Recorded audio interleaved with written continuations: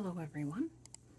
Today we will be reading from the complete fairy tales of the Brothers Grimm.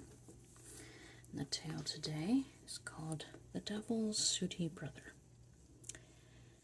A discharged soldier had nothing to live on and no longer knew what to do with his life. So he went out into the forest, and after walking for a while, he met a little man who was actually the devil himself. "What's the matter?" the little man said to him. "You look so gloomy." "I am hungry and have no money," said the soldier. "If you hire yourself out to me and will be my servant," the devil said, "you'll have enough for the rest of your life. But you've got to serve me 7 years, and after that you'll be free. There's just one other thing I've got to tell you. You're not allowed to wash yourself, comb your hair, trim your beard, cut your nails or hair, or wipe your eyes."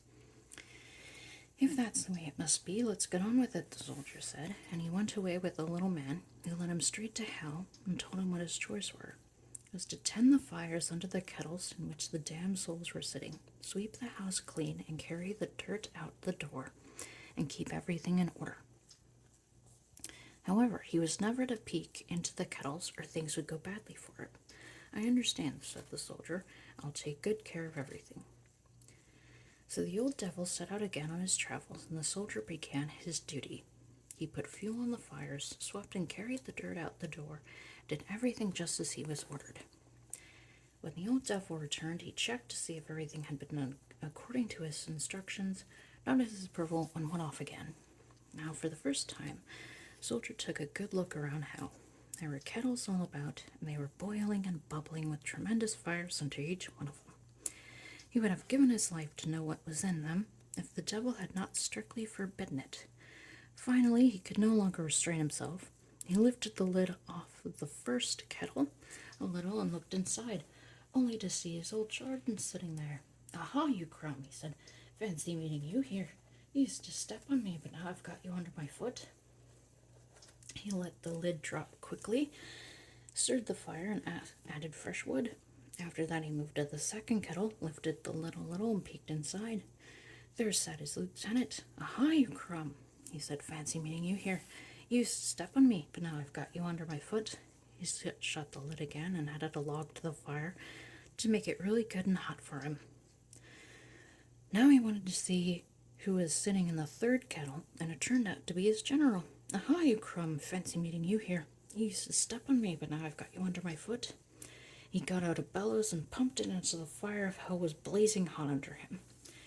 And so it was that he served out his 7 years in hell. He never washed, combed himself, trimmed his beard, cut his nails, or wiped his eyes. The 7 years passed so quickly that he was convinced that only 6 months had gone by. When his time was completely up, the devil came and said, "Well, Hans, what have you been doing all this time? I've tended the fires under the kettles, and I've swept and carried the dirt out the door. But you also peeked into the kettles. Well, you're just lucky that you added more wood to the fire. Otherwise, you would have forfeited your life. Now your time is up. Do you want to go back home?" "Yes," said the soldier. "I'd like to see how my father's doing at home." "All right. If you want to get your proper reward, you must go and fill your knapsack with the dirt you've swept up and take it home with you. And you must also go unwashed and uncombed, with long hair on your head and a long beard, with uncut nails and with biliary eyes.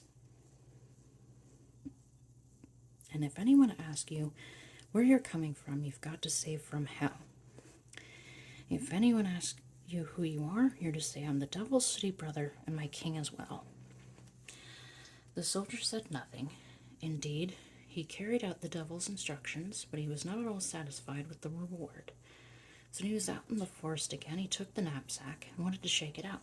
But when he opened it, he discovered that the dirt had turned into pure gold.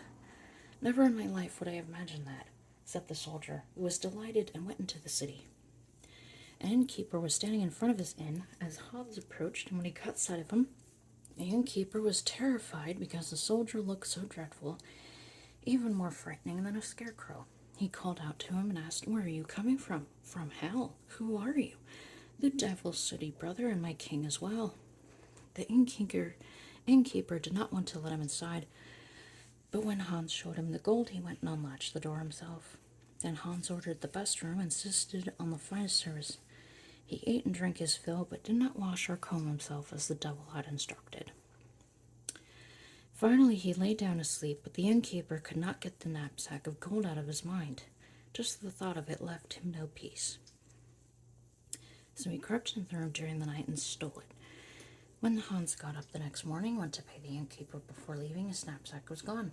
However, he wasted no words and thought, "It's not your fault that this happened," and he turned around and went straight back to hell, where he complained about his misfortune to the devil and asked for help.